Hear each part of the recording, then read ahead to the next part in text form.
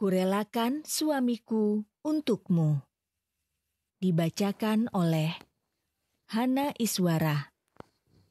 Part 1. Terima saja takdirmu. Zahira tertegun begitu ia selesai membuka pintu.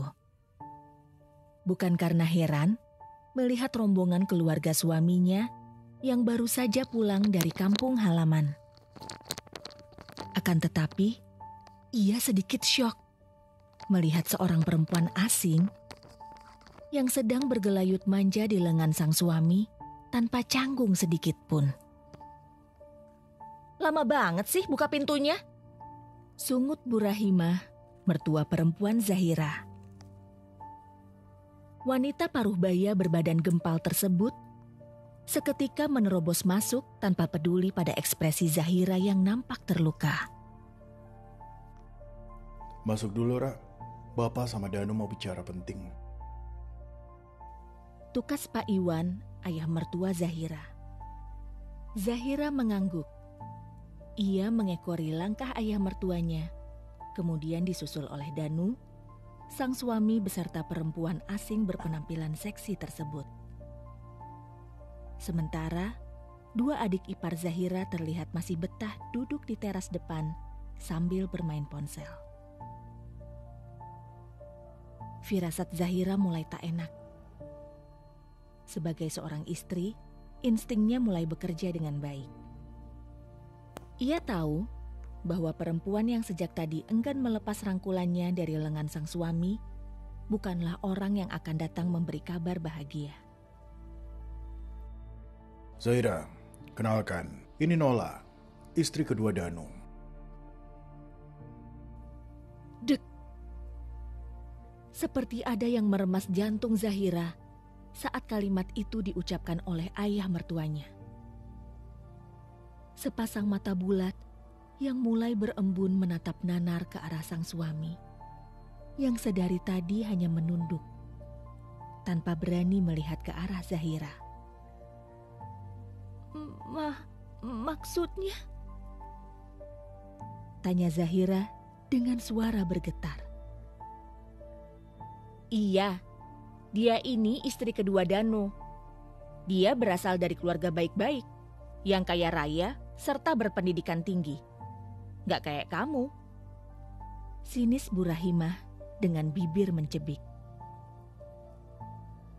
"Apa yang dikatakan Bapak sama Ibu itu benar, Mas?" tanya Zahira kepada sang suami. Danu masih bungkam. Sesekali, pria berumur 32 tahun itu menyugar rambutnya dengan kasar. "Jawab, Mas," desak Zahira. "Maaf, Ra." Lirih Danu. Ia masih menjadi lelaki pengecut. Dengan menundukkan kepala, tanpa berani menantang mata milik istrinya. "Aku gak butuh kata maaf darimu, Mas. Yang aku butuhkan adalah jawaban iya atau tidak." Danu menyugar rambutnya kembali dengan gelisah. Tangan Nola yang sejak tadi enggan melepas lengannya, ia hempas begitu saja. Tak lama, ia berpindah ke dekat sang istri. Dengan meneteskan air mata, ia meminta maaf sambil menggenggam erat kedua tangan putih, milik perempuan yang selama 2 tahun terakhir telah membersamainya, mengarungi bahtera rumah tangga. "Maaf karena aku udah melukai kamu, Ra. Tapi aku gak punya pilihan. Nola terlanjur hamil dan mau tak mau aku harus bertanggung jawab." Tutur Danu. "Apa?" Zahira terperangah. "Maksudnya dengan terlanjur hamil apa, Mas?" teriak Zahira lantang sambil melepas genggaman tangan Danu dengan kasar. "Apa itu artinya? Kamu selama ini udah selingkuh sama dia di belakang aku, ha?" "Pelankan suara kamu, Zira," bentak Rahimah dengan mata mendelik. Kamu mau tetangga kita dengar? Mau bikin malu saya dan keluarga saya, hah? Zahira tertawa sumbang mendengar penuturan sang ibu mertua. Ibu malu pertengkaran kita didengar orang. Tapi ibu gak malu. Anak ibu sudah berselingkuh sekaligus berzina seperti hewan. Apa-apaan kamu ini? Teriak Rahimah terpancing emosi. Jangan sembarangan kamu mengatai putra kebanggaanku itu hewan, Zahira. Dasar perempuan gak ada akhlak. Gak ada sopan santunnya sama sekali. Begini nih, kalau dari kecil tidak pernah dididik sama orang tua. Rahimah berdiri sambil berkacak pinggang. Sudah Bu, sudah Zahira. Teriak Pak Iwan menengahi pertengkaran antara istri dan menantunya. Dan kamu Zahira, telunjuknya mengarah kepada sang menantu. Ikhlas atau tidak ikhlas, kamu harus tetap bersedia menerima kehadiran Nola di rumah ini. Maaf Pak, sampai kapanpun Zira gak akan pernah mau menerima perempuan itu tinggal di rumah ini. Geleng Zahira dengan tegas. Yang, panggil Danu putus asa. Tolong, sekali ini saja kamu mau mengerti posisiku. Nola sedang hamil. Gak mungkin aku lepas tanggung jawab begitu aja sama dia. Tolong, belajarlah menerima kehadiran Nola di antara kita. Insya Allah, aku akan berusaha adil untuk menafkahi kalian berdua. Adil kamu bilang? Amarah Zahira sudah naik ke ubun-ubun. Saat kamu memutuskan menikah tanpa persetujuan aku aja, itu udah jadi bentuk ketidakadilan kamu yang pertama. Bagaimana dengan hari-hari selanjutnya, ha? Yakin kamu bisa benar-benar adil? Tanya Zahira dengan sorot mata yang tersirat makna tersembunyi. Danu tertunduk kembali.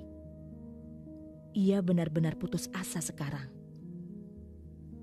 Awalnya, dia mengira bahwa dengan melibatkan kedua orang tuanya dalam membujuk Zahira menerima Nola, semuanya akan berjalan lancar.